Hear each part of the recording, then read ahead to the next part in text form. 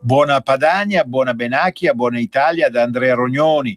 Oggi in studio e in collegamento tra poco con noi uno dei più importanti intellettuali, diciamo, a sfondo identitario, con grande interesse per le isole britanniche, cioè Paolo Gulisano. Soltanto un appunto su il problema che è emerso negli ultimi tempi della statua a Gabriele D'Annunzio, che è oggetto di una controversia a Trieste per vari motivi e varie forme, in coincidenza ovviamente con i 100 anni della presa di Fiume, di cui avremo ampiamente modo di riparlarne. Vi rimando per trattare questa così delicata questione, che ha già visto degli schieramenti proprio bellici, potremmo dire, solo che la guerra non si fa più con la baionetta, ma giustamente con le parole, tra certi mondi contrapposti di intellettuali e soprattutto di persone disposte alla sfida, come non si vedeva da tempo nella terra triestina, sulla questione di fare o meno questa benedetta statua. Già ci sono Joyce, Saba, Svevo presenti diciamo in forma marmorea o di altri metalli in Trieste, e adesso appunto l'idea era quella di aggiungere l'annunzio, ma c'è chi si oppone. Ne parliamo lunedì nella trasmissione Cultura Padana, tenuto conto che anche se D'Annunzio non era proprio padanissimo, siamo questo eufemismo, aveva poi fatto delle scelte che erano interessanti nel bene e nel male, all'estremità orientale della Padania, a parte poi il noto amore per il Benaco. Noi chiamiamo Benacchia la terra lombardo-veneta, lui sicuramente godeva di tutti i privilegi paesaggistici, umani, morali di questa terra, venendo da sud. Bene, sentiamo se è già in linea Paolo Gulisano. Pronto Paolo? Ecco, un secondo il nostro carissimo, grandissimo regista Carnelli, ecco, sta efficientando la situazione. Vi dicevo, un D'Annunzio in meno, un D'Annunzio in più non fa differenza, ma non so, fino a un certo punto, e naturalmente qui non si tratta di prendere posizioni facili, perché le posizioni facili sono sempre dannose per la mente che ha bisogno di riflettere e ragionare sulle cose, però certamente la querelle che è divampata a Trieste, che poi è a tutto campo, perché riguarda la letteratura, perché D'Annunzio era un letterato, riguarda l'arte perché opere pubbliche ce ne sono in giro per tutta l'Europa. Mi viene in mente Pessoa in Portogallo, mi viene in mente ovviamente lo stesso Joyce in Irlanda, a Dublino, eccetera eccetera. Sono poi alla fine delle opere d'arte che vanno godute, che sono godibili. Io ogni volta che con Arte Nord abbiamo fatto dei viaggi con idee, con finalità identitarie e anche artistiche, ovviamente la fotografia di gruppo accanto a queste statue era immancabile. Bene, sentiamo Paolo Gulisano. Paolo Gulisano, eccoci qua. Ciao carissimo, avrai sentito, se l'hai sentita, questa mia prolusione sull'affaire D'Annunzio, che indubbiamente dal punto di vista del padanismo culturale, non politico, ma del padanismo culturale, è uno di quelle patate bollenti non facili da digerire per tantissimi motivi. Poi casomai alla fine della trasmissione sentiamo la tua idea su quella benedetta o maledetta statua che ha da farsi o non da farsi di D'Annunzio a Trieste. Invece parliamo di cose più scottanti e anche più recenti, anche se poi le elezioni europee hanno in parte coperto le notizie che arrivano dall'Irlanda del Nord. Ma siccome tu, tra tante altre cose, hai scritto libri che riguardano anche l'Irlanda, le isole britanniche in genere, dal punto di vista storico, culturale, artistico, letterario, filosofico e via dicendo, saprai sicuramente un po' darci un po' di luce, offrirci un po' della tua luce su questi problemi, perché francamente la mia prima impressione quando ho sentito a tardo inverno, inizio primavera scorsa, che era nuovamente divampata la tematica, diciamo così, di una forma così di guerriglia da parte dell'IRA, mi sono un po', come dire, ho fatto un salto sulla poltrona. Ammetto di essere un poltronato oramai alla mia età. A te la parola, Paolo. sull'IRA e Bene, grazie Andrea. Grazie Andrea, grazie di darmi questa possibilità di tornare nuovamente sulle nostre amate frequenze e di intervenire su questi temi a me cari. È chiaro che la questione irlandese non è ancora conclusa. Certo, 20 anni fa si arrivò ai famosi accordi quando c'era Tony Blair come primo ministro e si arrivò alla pace. Una pace che però era semplicemente il congelamento di una situazione, una pace a cui si arrivò attraverso condizioni molto chiare, cioè il disarmo, e quindi diciamo che l'esercito repubblicano irlandese consegnò tutti i propri arsenali e da quel momento, come dire, è entrata in vigore più che una pace, una tregua. È una tregua perché è chiaro che la popolazione irlandese desidera la riunificazione con l'isola, con tutto il resto dell'isola, la Repubblica, mentre ancora esiste questa comunità lealista che vuole il permanere di queste 6 contee nell'ambito del Regno Unito. Ancora ciascuna delle due comunità ha i propri simboli, le proprie insegne, le proprie anche le marce, famoso regista, stiamo entrando proprio nella stagione delle marce. Ognuno rivendica i propri eroi, i propri miti, i propri caduti. Quindi in realtà non si è mai arrivati ad una soluzione. E naturalmente da parte repubblicana irlandese l'unica soluzione potrebbe essere quella del rientro, della riunificazione dell'Irlanda. Sono successi recentemente appunto i noti fatti politici che hanno visto la Brexit e la Brexit potrebbe voler dire molte cose, potrebbe avere delle conseguenze politiche importantissime. Uno, perché se il Regno Unito ha tutto il diritto di uscire dall'Unione Europea, gli indipendentisti scozzesi, ad esempio, dicono benissimo, allora noi abbiamo tutto il diritto con gli stessi identici criteri di lasciare il Regno Unito. E quindi da una parte la vicenda Brexit potrebbe rivelarsi appunto un boomerang per i britannici, perché potrebbe voler dire il sacrosanto diritto della Scozia di rivendicare la propria indipendenza, magari già con un nuovo referendum. E d'altra parte in Irlanda, anche qua invece è la situazione inversa, cioè la Gran Bretagna o il Regno Unito che vogliamo chiamare se ne va dall'Europa e noi anche qua ce ne andiamo alla Gran Bretagna, dicono i patrioti irlandesi, e ci unifichiamo con la Repubblica di Irlanda. Quindi in realtà, ripeto, quello che ci fu 20 anni fa non fu la fine, cioè, o meglio, fu la fine di un lungo conflitto armato a cui si arrivò attraverso il disarmo chiesto ai vari gruppi paramilitari di una parte e dall'altra.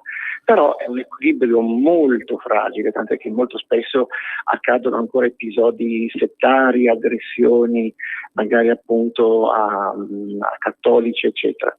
L'IRA come tale era finita, ma ci sono ancora oggi, diciamo così, esponenti clandestini, nella clandestinità ovviamente, che vogliono continuare a fronte magari di un rallentamento, di una stasi, di questo processo di cambiamento che dovrebbe portare alla Repubblica Irlandese unita. C'è ancora chi vorrebbe percorrere magari la via della lotta armata, per cui ci sono questi focolai, potremmo dire, anche di rivolta, peraltro anche con segni dei tempi, con cambiamenti di quello che è avvenuto anche nella società civile. È vero appunto che un mese e mezzo fa c'è stata una morta, era tanto tempo che nessuno moriva in Irlanda del Nord, però questa giornalista un po' particolare perché non stava indagando sulla nuova IRA, ma semplicemente era una giornalista esponente del movimento per i diritti dei gay e lei stessa omosessuale, che non si sa come è stata vittima di uno scontro, quindi poi è stata buttata su questa vicenda più addirittura sul versante di una sorta di caduta, di martire per quel tipo di diritti, quindi una cosa un po' strana. Quindi abbiamo abbiamo una situazione ancora oggi comunque di difficile lettura. Quello che è un dato di fatto è che probabilmente componenti anche più determinate, se vogliamo anche pronte a far uso ancora della lotta armata, ci sono, sia nella parte appunto repubblicana, ma anche nel campo protestante, gruppi paramilitari che ancora oggi fanno a volte delle spedizioni punitive nei quartieri cattolici a scopo intimidatorio ci sono. Quindi ripeto, è un fuoco che cova sotto la cenere.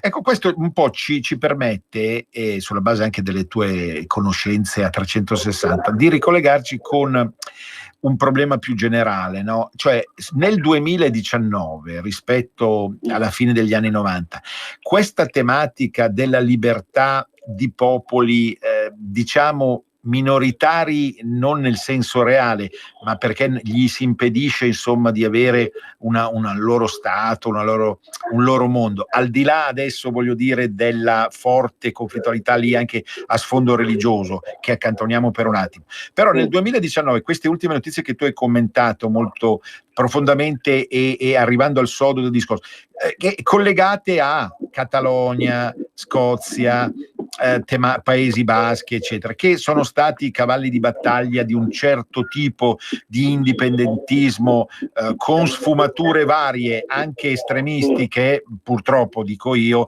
ma non lo dico in senso moralistico, perché per carità c'è stato un momento in cui è accaduto di tutto. Ma ecco, nel 2019 io lo sto dicendo con ironia, hanno ancora senso queste battaglie o sono oramai state digerite dal pensiero unico come delle forme estemporanee dovute a episodi singoli e ripetibili, talvolta anche in chiave parodistica addirittura, che comunque non andrebbero a scardinare oramai più quello che è un assetto consolidato di stati-nazioni di un certo genere, compreso il Regno Unito?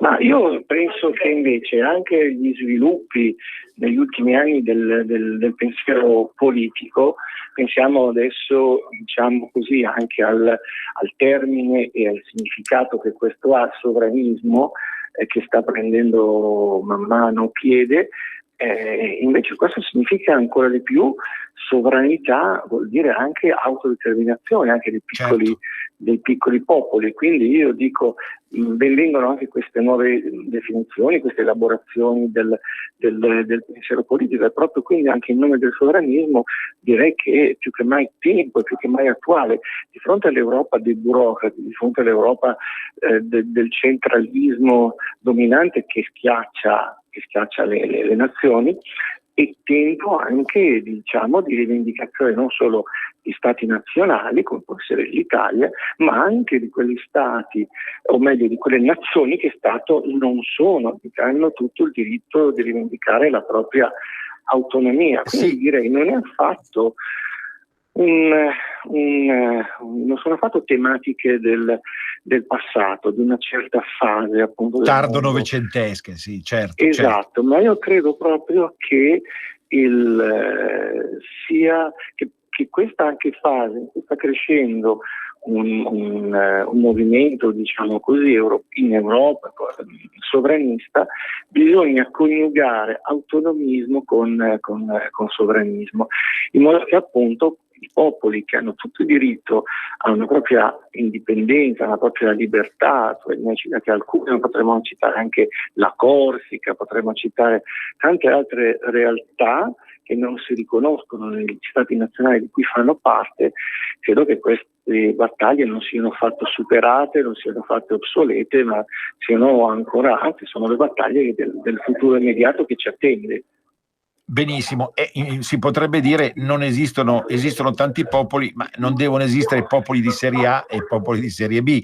Ma nell'eventualità in cui si rimettesse in moto, per esempio per l'Irlanda del Nord, un processo insomma di autodeterminazione serio in futuro, non so quando, spero non troppo tardi, ma comunque tu, te lo chiedo da profano e da poco esperto della materia irlandese, anche se vabbè abbiamo visitato con Arte Nord l'Irlanda, è stato uno dei viaggi più belli, però non abbiamo gli strumenti per fare. Un eventuale, siccome anche guardando dall'Italia, dall'esterno, non dico da lontano, ma comunque rispetto a un popolo che non è immediatamente contiguo, l'impressione che è possibile ancora ricostruire questa unità degli irlandesi, cioè quella è un'isola che meriterebbe secondo te un'unità, certo magari federale, ma comunque una forma di unità, oppure la rivendicazione di Irlanda del Nord sul piano politico deve rimanere fine a se stessa e ridare fiato a una nazione a parte?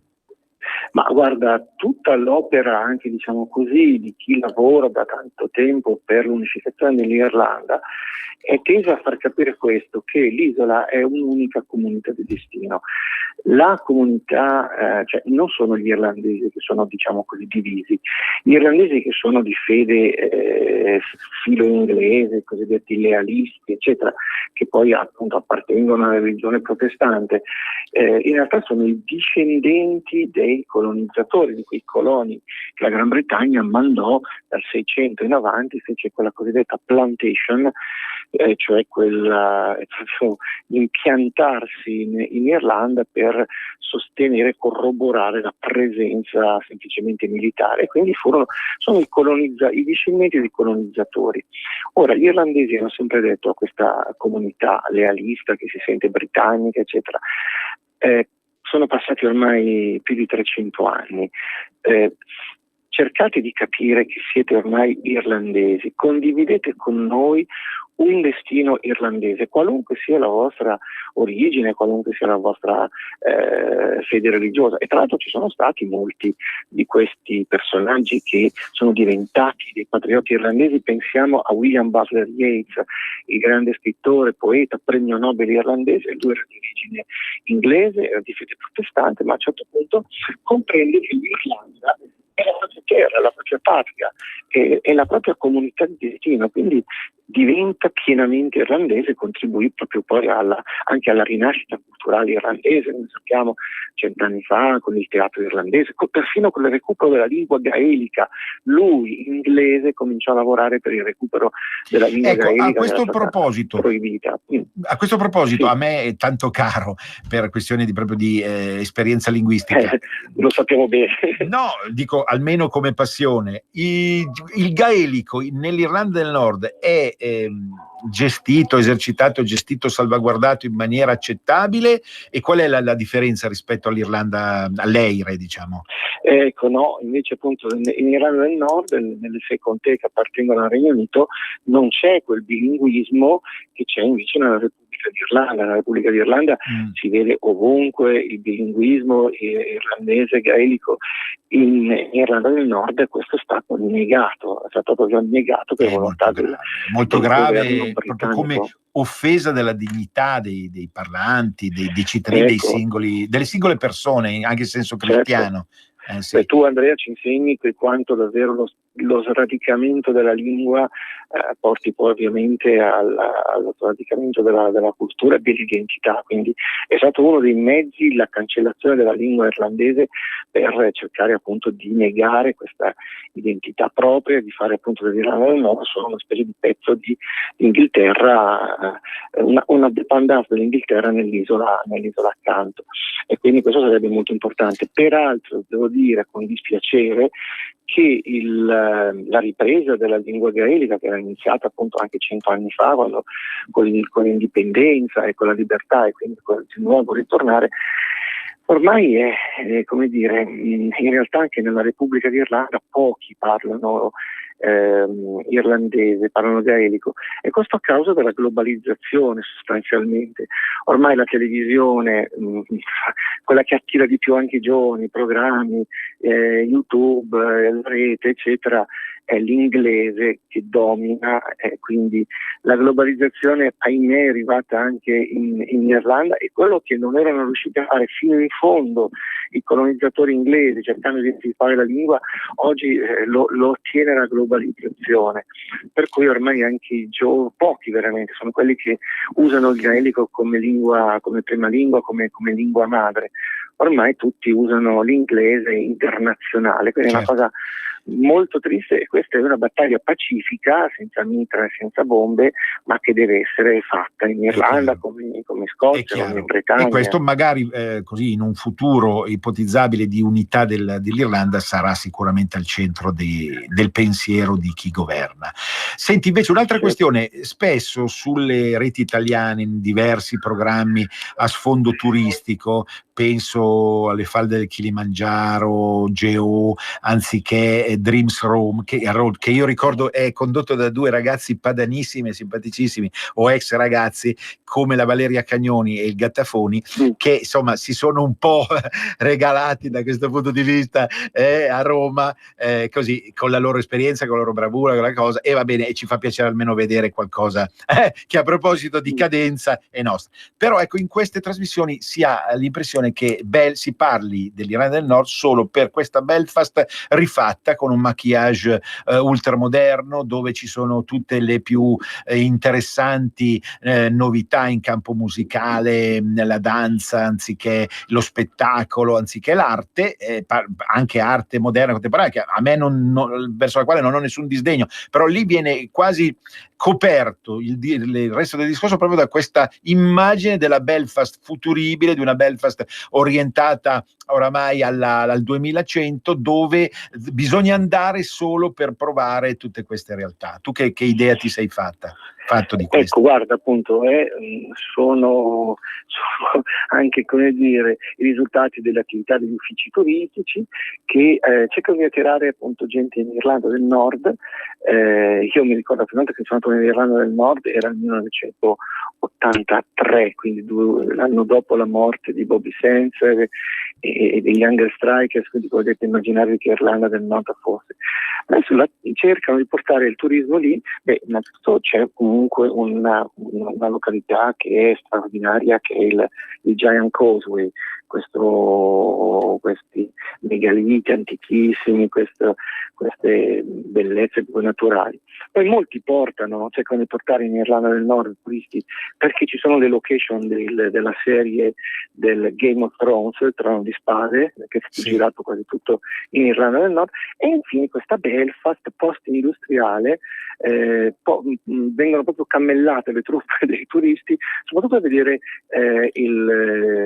dove c'erano i cantieri navali da cui è uscito il Titanic, no? Per cui buttano molto sulla questione Titanic, ci sono queste ricostruzioni del Titanic in realtà virtuale, per cui si punta molto su una Belfast postmoderna. Però anche qua vi dico questo: basta allontanarsi un pochino da queste zone proposte per andare invece nei quartieri storici, il cuore dell'indipendentismo, che è il quartiere di Falls Road, dove ci sono ancora i murales con Bobby Sands, con gli Hunger Strikers e quant'altro, o anche nei quartieri lealisti con i loro, appunto, a loro volta, con i loro murales, con i loro simboli, i marciapiedi colorati di bianco, rosso e blu nei quartieri appunto lealisti, di bianco, verde e arancione nei quartieri cattolici e repubblicani. E allora si fa un salto indietro nel passato e ci si rende conto appunto che quelle ferite sono aperte, e soprattutto che la questione è ancora aperta, è ancora assolutamente aperta, di là dall'essere risolta definitivamente. Senti, mi sembra che siano passati 20 anni, no, da quell'accordo che ha posto sì, del 98. Ecco, sì, quindi sono il ventennale. Vedremo un po' l'evoluzione della cosa. Senti, un'ultima battuta sulla questione che dicevo all'inizio, perché purtroppo mancano 3-4 minuti alla fine. Si vuol fare una statua di D'Annunzio da collocare in zona molto centrale a Trieste in occasione dei 100 anni della presa di Fiume. Ora, al di là della commemorazione, del tipo di commemorazione a sfondo bellico, post-bellico, parafascista, antifascista, perché per certi aspetti D'Annunzio era uno che non aveva le stesse idee del Duce, anzi il Duce le ha rubato solo una parte e l'altra gliel'ha lasciata lì. Ma in ogni caso, tu come la vedi la questione? Parlandoci fra due che sicuramente non sono entusiasti di quell'Italia là di quell'Italia risorgimentale, tricoloruta, eccetera, e però hanno oramai anche digerito una forma di padanismo più soft che evidentemente tiene conto delle esigenze anche delle altre parti d'Italia e di un certo tipo di sovranismo che potrebbe, dico potrebbe, non so fino a che punto la cosa è plausibile o meno, riprendere in mano anche D'Annunzio. La tua sincera, spassionata idea sulla statua a Trieste di D'Annunzio.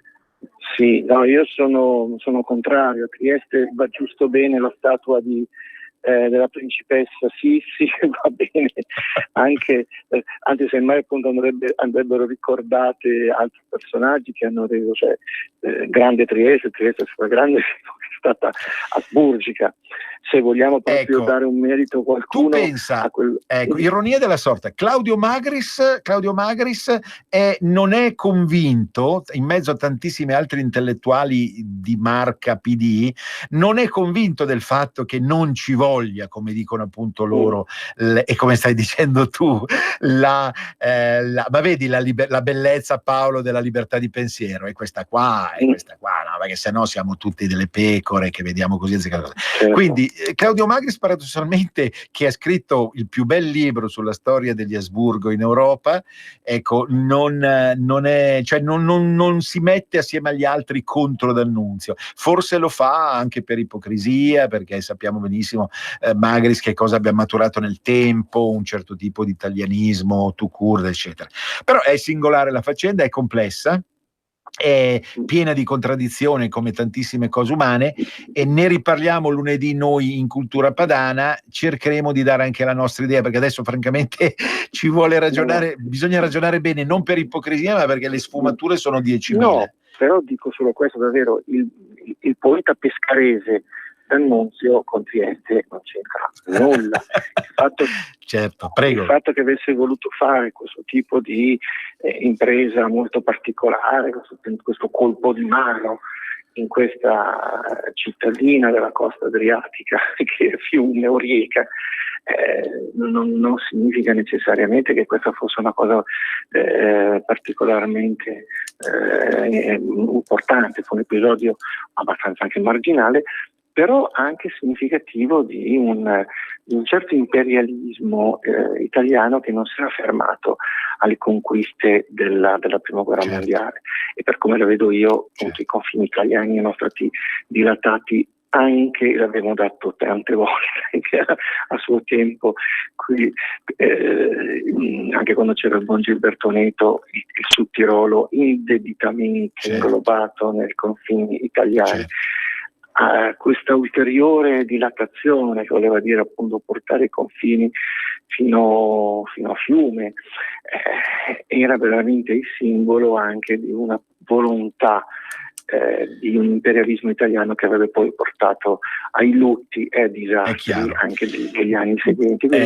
Non siamo certo, personalmente almeno non sono certo un pacifista, sinistroso, eccetera, eccetera, però francamente quel tipo di imprese lì non mi sembra più il caso di celebrare. Grazie Paolo, e ci risentiremo. Intanto buona estate, ma sicuramente sarà occasione per tanti altri collegamenti con te. Un grande abbraccio padano a tutti, la trasmissione sta finendo e vi rimandiamo a lunedì per Cultura Padana. Grazie ancora a tutti, a risentirci. Venezia risorga, mi raccomando, risorga Venezia per sempre, a risentirci. Avete ascoltato Arte Nord.